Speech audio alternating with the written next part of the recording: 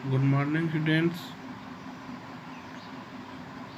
आज हम वॉइस में प्रेजेंट कंटिन्यूअस टेंस में क्या रूल होते हैं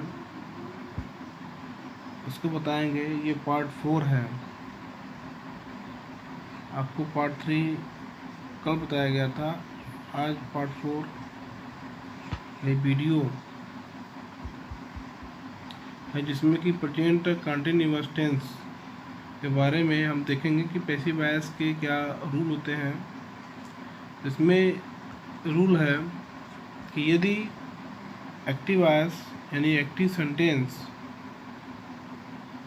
की संरचना सब्जेक्ट सहायक क्रिया अर्थात is are am plus am भी यानी कि क्रिया में आईएनजी जोड़ते हैं, उसके बाद ऑब्जेक्ट के स्ट्रक्चर पर आधारित हो तो उसे पैसिव वॉइस में निम्न स्ट्रक्चर के आधार पर बदल जाता है।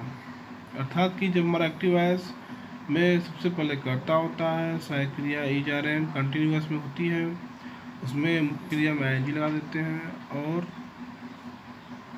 अंत में ऑब्जेक्ट होता है। इसके आधार पर अगर हमारी संरचना होती है तो पैसिव वॉइस की संरचना इस प्रकार से होगी। सबसे पहले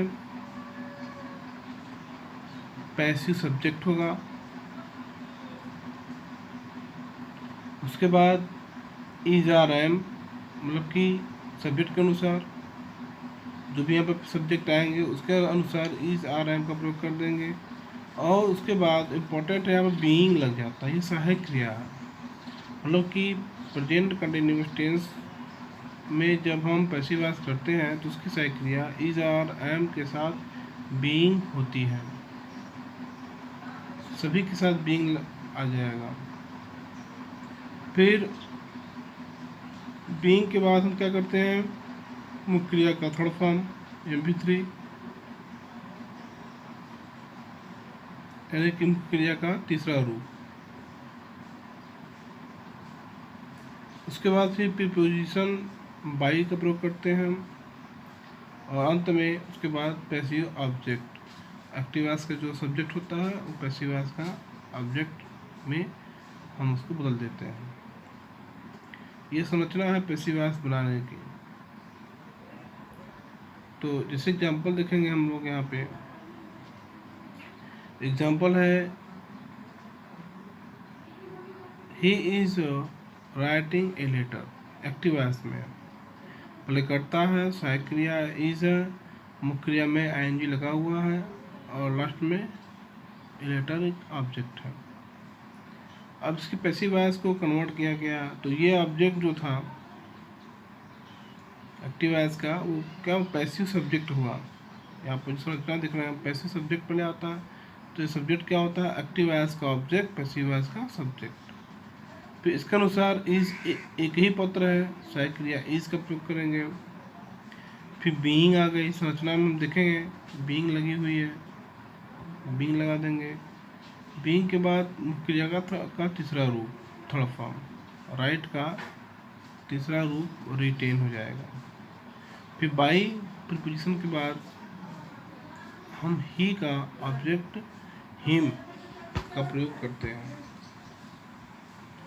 ये ध्यान देने वाली बात है कि यहाँ पर इस सब्जेक्टिव केस था, प्रोनाउन ही था, अब उसका ऑब्जेक्टिव केस में क्या हो जाएगा, हिम हो जाता है। तो ऑब्जेक्ट ही का ऑब्जेक्ट हिम का प्रयोग हम करेंगे, ये पैसिव वॉइस में कन्वर्ट हो जाएगा। फिर इसके बाद है आपका नेक्स्ट है अगला, I am drawing the picture. I am drawing the picture, ये एक्टिव वॉइस है, मतलब मैं चित्र बना रहा था या बना रहा हूँ। I am drawing the picture, तो ये ऑब्जेक्ट हो गया तो ये पैसिव सब्जेक्ट बनेगा। द पिक्चर एक वचन है तो इज बीइंग और ड्रॉ का थर्ड फॉर्म ड्रॉन होता है, ड्रॉन बाई आई का ऑब्जेक्ट मी हो गया। Drawn by me.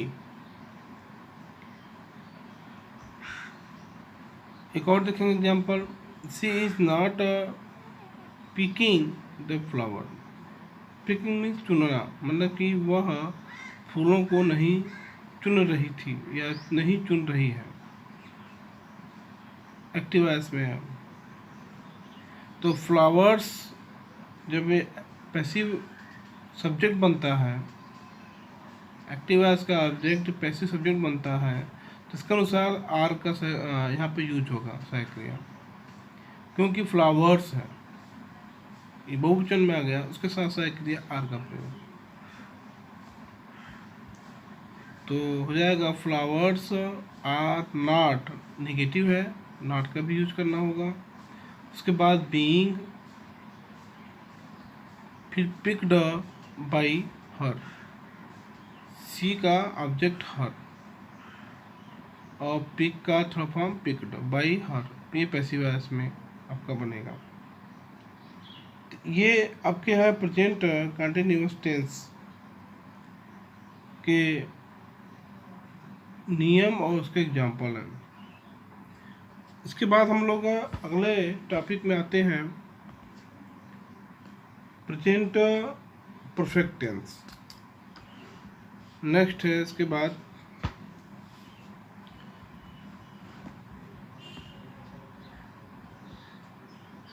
प्रेजेंट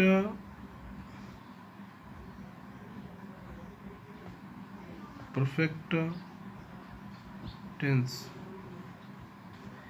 इस टेंस का रूल क्या है?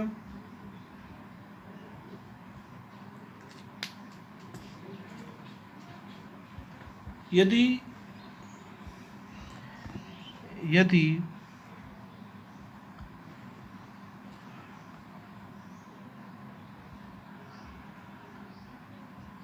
इसकी संरचना, यदि एक्टिव सेंटेंस की संरचना, यदि एक्टिव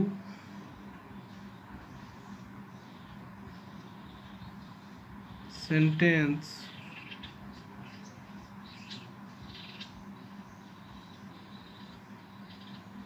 सब्जेक्ट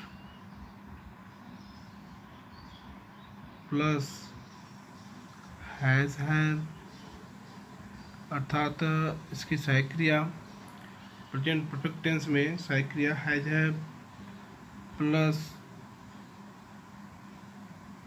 MV3 मुख्य क्रिया का थर्ड फॉर्म प्लस ऑब्जेक्ट के आधार पर होता है, के आधार पर हो तो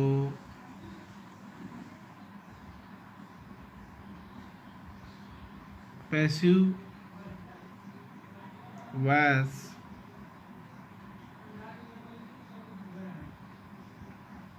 निम्न संरचना पर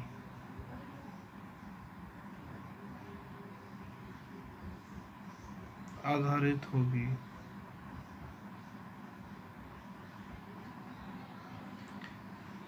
तो स्ट्रक्चर क्या बनेगा?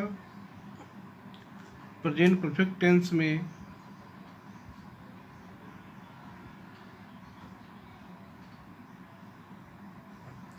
स्ट्रक्चर बन जाएगा, पहले लिखेंगे passive subject,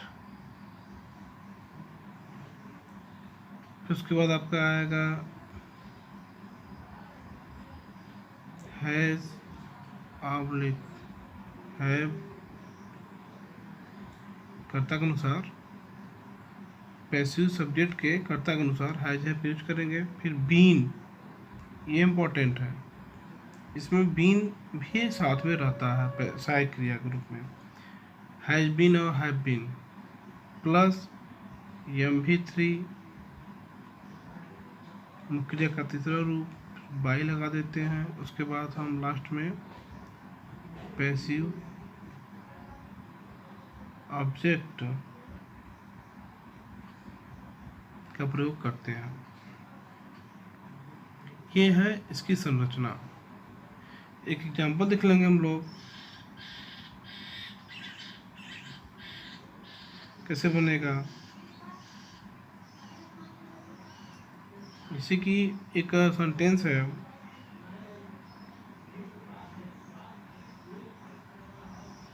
Radha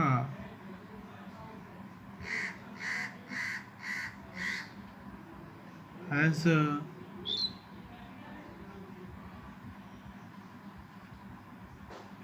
written this letter।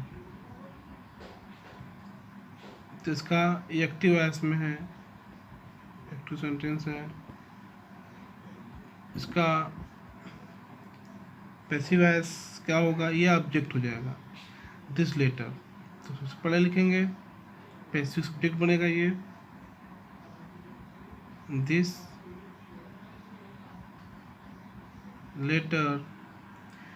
अब इसके अनुसार सहायक क्रिया क्या होनी चाहिए, हैज ही रहेगा, एक वचन में है। हैज के बाद सहायक और आता है क्या, बीन। हैज बीन मुख्य क्रिया का थोड़ा फॉर्म पहले से है, तो इसको ऐसे ही लिख देते हैं,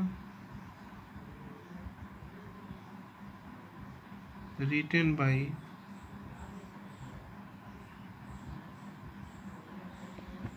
राधा। राधा यहाँ पर नाउन है, सब्जेक्ट था, तो यहाँ पर ऑब्जेक्ट के रूप में लास्ट में इसका हम इस्तेमाल करेंगे। तो ये हो गया आपके प्रेजेंट परफेक्ट टेंस के एग्जाम्पल हैं। ऐसे ही बाकी हम कर सकते हैं। अब इसके बाद आपका टेंस आता है प्रेजेंट परफेक्ट कंटिन्यूअस टेंस, जिसका कि पैसिव वॉइस नहीं बनाया जाता, तो उसको हम छोड़ते हैं। अब हम अगले वीडियो में पास्ट इंडेफिनिट टेंस क्या रूल बताएंगे, पैसिव वॉइस उसका कैसे बनता है। धन्यवाद।